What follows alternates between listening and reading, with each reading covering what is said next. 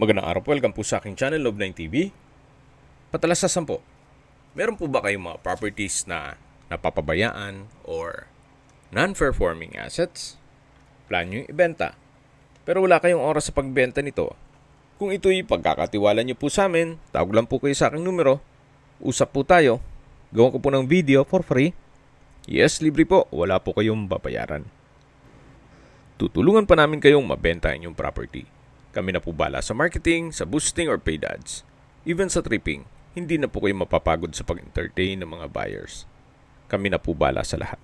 Tawag lang po kayo. Nandito po tayo ngayon sa Tanza, Cavite kung saan meron po tayong bagong video presentation. Isang residential property na may lot area na 496 square meters. Ito po'y titulado, buhay po ang may-ari, kaya wala po kayong maging problema sa documentation o sa transfer ng title. Itong 3-story house ay may floor area na 200 square meters.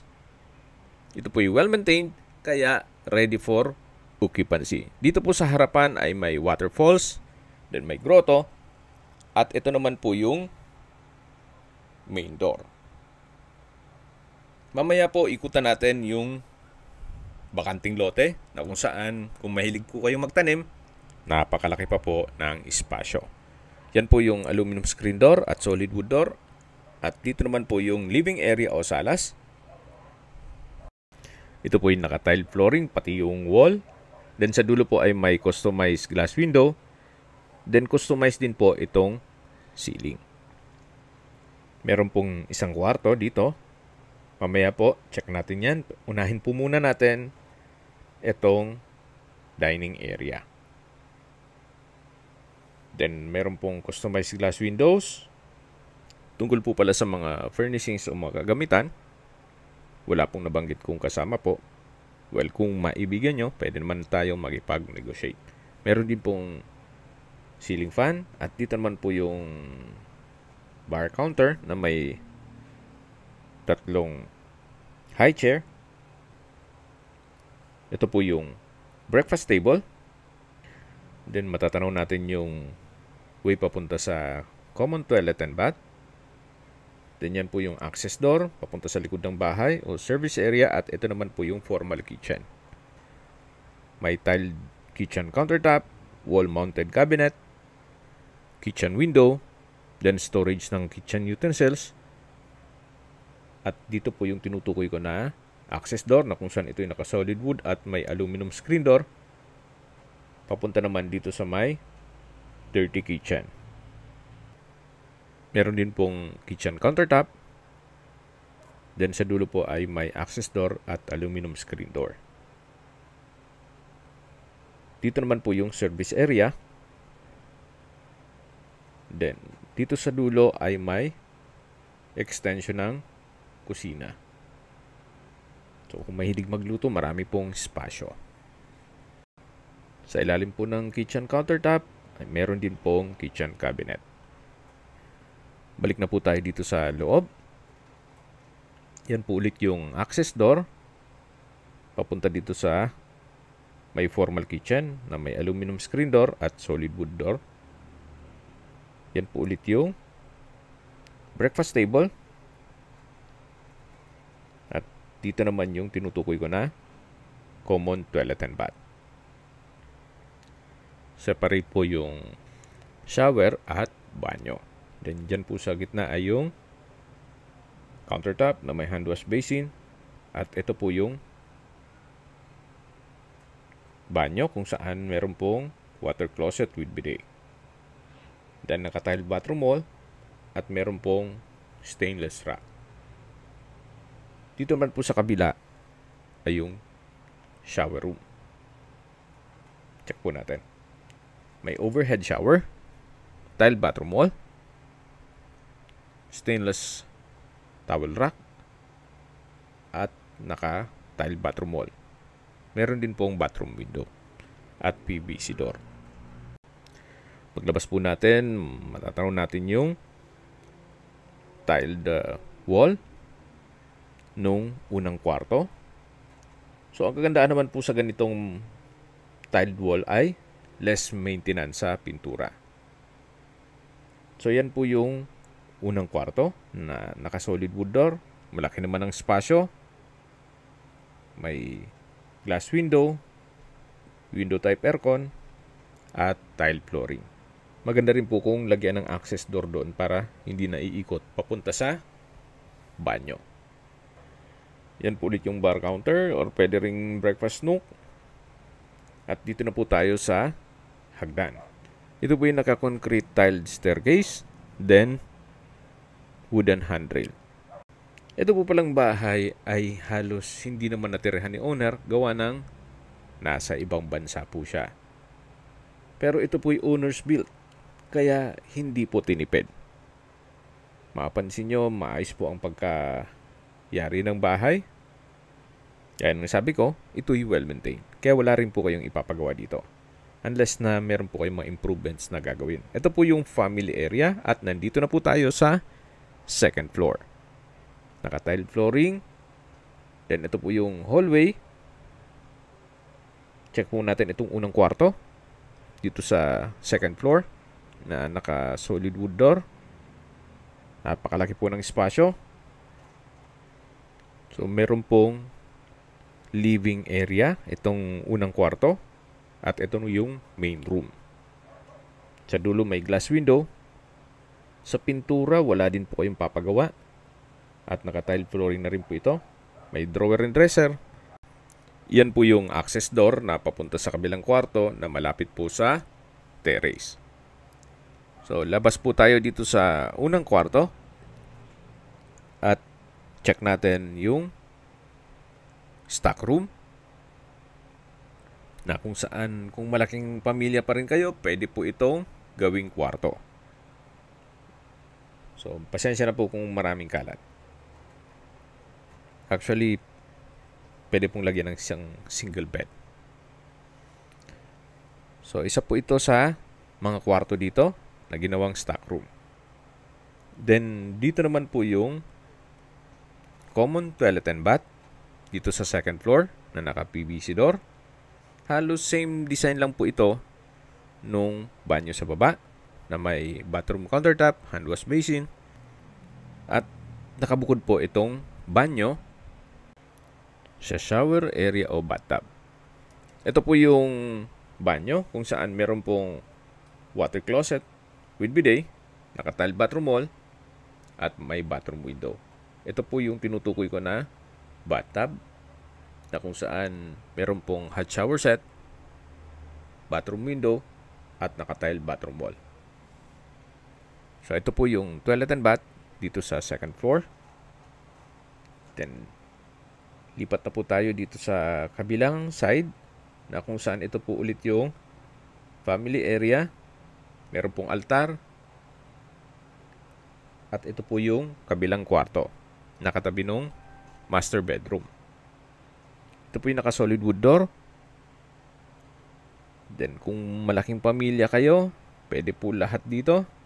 Meron din pong maliit na living area.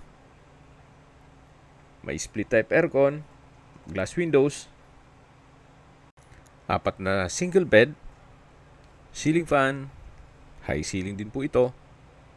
At yung access door dito sa may master bedroom ay ito pong wooden door na kung saan meron pong nakaharang na bed frame.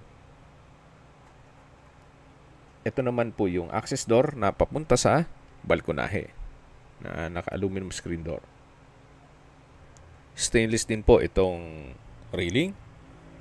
At mula po dito matatanaw nyo po ang inyong mga magiging kapitbahay. Ito naman po yung area ng bakanting lote na kung saan meron pong mga fruit-bearing trees. Or kung gusto nyo naman, pwede pong lagyan ng swimming pool. Gawa ng malaki naman po yung area. At nakabakod na po itong buong property ng concrete fence. Balik na po ulit tayo dito sa loob. At check natin yung mga kwarto sa third floor. So yan po yung hagdan kung saan tayo pumanik. At ito naman yung another hagdan na papunta sa third floor. Ganun din po, naka-tiled concrete staircase, wooden handrail, meron pong staircase window, nag-serve as natural sunlight. Samahan niyo po ako, akyat po tayo. So ito pong bahay ay nakadisenyo sa malaking pamilya. Sa laki po nito at sa dami ng kwarto, abay kahit ilan po kayo kakasya po. Dito po sa taas ay open lang siya, na pwede nyo pong lagyan ng partition kung gusto nyong gawing another room. May living area po dito, then may sofa set na rin, then meron pong aluminum screen door na access pupunta dito sa balkonahe. Ito po yung balkonahe dito sa third floor. Yan po, makikita nyo may puno ng mangga. Then yan po yung likod ng bahay na kung saan meron pong concrete fence. At yung area yan ay parte pa po ng property. Then dito po sa garahe ay malaki din po ang espasyo. Balik na po tayo dito sa loob at check po natin yung isang kwarto dito na pwedeng gawing music room, entertainment room, game room, na meron pong bar, counter. May 5 pong high chair, glass window, may stainless sink, then wine rack, at dito naman ay may kwarto na naka-solid wood door at napakalaki po ng espasyo nito. So, yung pong third floor ay napakaganda ng setup. Parang meron siyang sariling entertainment room, then may living area, may malaking bedroom, at may sariling toilet and bath. Naka-PVC door. Ito po yung hot shower set. Naka-tiled bathroom wall. At ito yung water closet. May hand wash basin, vanity mirror, naka-tiled bathroom wall at may bathroom window. Dito naman sa kabilang side ay yung bathtub na naka-tiled bathroom wall din po at may hot shower set. Halos hindi po yan nagamit. Gawa ng hindi naman nagstay dito si owner. Madalas nasa ibang bansa siya. So, yan po ulit yung entertainment area. Dito naman yung napakalaking living area. Sa dulo yung balkonahe. At dito naman po yung hagdan. At habang naglilibot po tayo, pag-usapan natin ang distance, location at travel time. Mula po sa National Highway, ang distance is 850 meters at ang travel time is 3 minutes. Mula naman po sa mga beach resorts, ang distance is 2.6 kilometers at ang travel time is 10 minutes. Opo, malapit lang po ito sa dagat. At mula naman po sa Robinsons Mall, General Trias, ang distance is 6.4 kilometers at ang travel time is 28 minutes. Mula naman po sa SM Tanza Specialist Medical Center, Pure Gold, at Tansa Public Market, at iba pang business establishments, ang distance is 4.8 kilometers at ang travel time is 22 minutes. At yan po yung lagong binabanggit sa inyo na dapat nyo i-consider sa paghanap ng property, yung meron pong malapit na hospital. Hindi ko naman po sinasabing sakitin kayo. Yan naman po yung for emergency purpose lang naman. At mula naman po sa Cavitex Cavite Toll Plaza, ang distance is 15 kilometers at ang travel time is 53 minutes. Mula naman po sa Pitex, ang distance is 2.7 kilometers at ang travel time is 1 hour and 8 minutes. Mula naman po sa MOA, ang distance is 30 kilometers at ang travel time is 59 minutes. Mula naman po sa airport, ang distance is 31 kilometers at ang travel time is 1 hour and 12 minutes. So, nandito na po tayo sa likod ng bahay kung saan sa dulo po ay meron pong structure na ginawa nilang bodega. At yan po yung bakanting lote. Napakalawak pa po. Marami pa po kayong pwedeng i-project dyan. So, sa presyo na po tayo. Binebenta po ito ni owner sa halagang 12 million pesos. Kung may mga katanungan po kayo, tawag lang po kayo sa aking numero. At sa mga kababayan naman natin nasa ibang bansa, meron po akong Telegram. Sa mga iPhone user naman, may iMessage. Meron din pong Imo, Skype, Viber at WhatsApp. Same number lang po, 0917-316-3399. Sa mga nagtatanong naman po ng aming Facebook, meron po kaming Facebook page na Nov9TV at Facebook Real Video. Meron din pong TikTok at Instagram. May ibang YouTube channel po kami na The Nov9TV channel, Nov9TV Listings,